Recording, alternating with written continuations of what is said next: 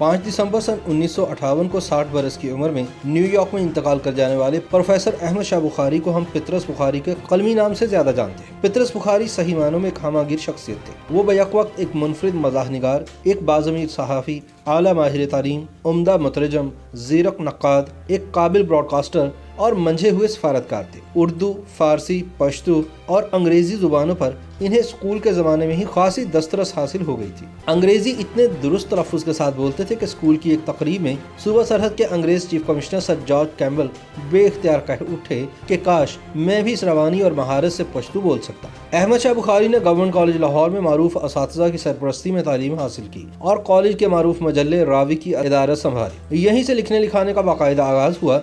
बाद में civil military gazette के मज़ामीन की अशात शुरू हुई। आला तालीम के लिए जब कैम्ब्रिज गए तो अंग्रेजी शेर व अदब को इसके असल माहौल में जांचने और परखने का मौका मिला। यही उन्हें यह ख्याल आया कि अंग्रेजी के चीदा चीदा अदब पारों को उर्दू के कालम में ढालना चाहिए। हिंदुस्तान वापस आकर इन्होंने कई करीबी दोस्तों का तर्जमे और तालीफ के काम की तरफ राग़िब किया। इन्हें इस बात का शदीद एहसास रहता था कि गेसुए उर्दू अभी मिन्नत पजीर शाना है। लैला उर्दू के गेसु संवारने की फिक्र इन्हें इसलिए भी दामनगीर रहती कि वो इस ज़बान को आला तालीम का जरिया बनाना चाहते थे और इसके लिए ज़रूरी था कि उर्दू में जदीद उलूम व फ़नून का खजाना मौजूद हो। दरअसल उनके जहन में हैदराबाद दक्कन की तर्ज का एक इदारा था जो कि उर्दू के लिए इसी तरह की खिदमत पंजाब में सरअंजाम दे सके। इस मकसद के लिए इन्हें फैज़ अहमद फैज़, डॉक्टर MD तासीर, हफीज जालंधरी और प्रोफेसर मंजूर हुसैन जैसे अमायदीन का मुकम्मल ताउन भी हासिल था। जब इन्हें ऑल इंडिया रेडियो का नाज़िम आला मुकर्रर किया गया तो उर्दू हिंदी का झगड़ा जोरों पर था। हिंदी लॉबी ने इल्जाम लगाया कि पितरस बुखारी ने ऑल इंडिया रेडियो की बागडोर संभालते ही इस कौमी नशरियाती इदारे पर मुसलमानों की जुबान मुसल्लत कर दी है और चुन चुन कर उर्दू के अदीब रेडियो में मुलाजिम रख लिए हैं।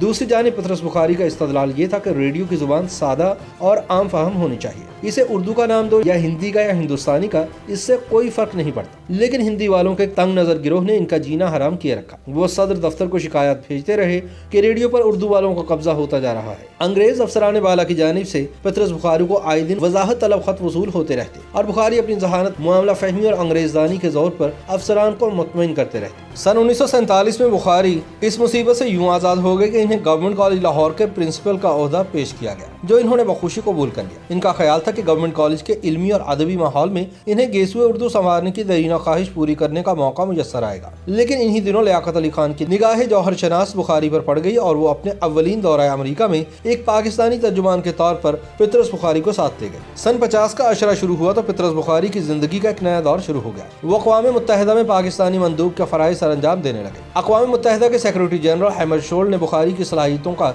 अमली एतराफ़ यूँ किया कि इन्हें अपना नाइब खुसूसी मुकर्रर कर दिया और यूँ अहमद शाह बुखारी अक़वाम मुत्तहिदा के अंडर सेक्रेटरी जनरल बन गए। अमरीका में क़याम के दौरान इन्हें अमरीकी अदीबों और शोरा से करीबी रवाबित का मौका मिला। कोलंबिया यूनिवर्सिटी की तरफ से इन्हें यह पेशकश हुई कि अक़वाम मुत्तहिदा में अपना अरसा मुलाज़मत पूरा करने के बाद अगर वो चाहें तो तदरीस के मनपसंद शोबे से दोबारा वाबस्ता हो जाएं। लेकिन पितरस बुखारी को लाहौर की याद बहुत सताने लगी और इन्होंने मुलाजमत के खात्मे पर लाहौर वापस आकर तालीफ व तर्जुमे का काम करने की ठान रखी थी। वो इम्तियाज अली ताज के साथ मिलकर हिंदुस्तान के थिएटर की एक मुफस्सल तारीख लिखना चाहते थे और अमरीका के कुतुब खानों से इन्होंने इस सिलसिले में कुछ खाम मवाद भी जमा कर लिया था। लेकिन उनके सब मंसूबे धरे के धरे रह गए। अक़वाम मुत्तहिदा की मुलाजमत के दौरान इन्हें अचानक दिल का दौरा पड़ा और 5 दिसंबर सन 1958 को इनका न्यूयॉर्क में इंतकाल हो गया। पितरस बुखारी की तदफीन भी न्यूयॉर्क में ही की गई। अगर पितरस एक बैन अक़वामी सतह के सिफारतकार ना भी होते और तालीम और तदरीस के मैदान में कोई कारनामा सरअंजाम ना भी देते तो भी उर्दू के एक आम कारी के दिल में इनका एहतराम हमेशा मौजूद रहता। इनकी मशहूर किताब पितरस के मज़ामीन अपनी जामियत और गहराई की बदौलत बहुत से मज़ाह निगारों के कुलियात पे भारी है। ये मज़ामीन आज से 75 वर्ष पहले लिखे गए थे, लेकिन जुबान की ताजगी, अंदाज की नुदरत और मौजू की नौइयत देखिए तो ये बिल्कुल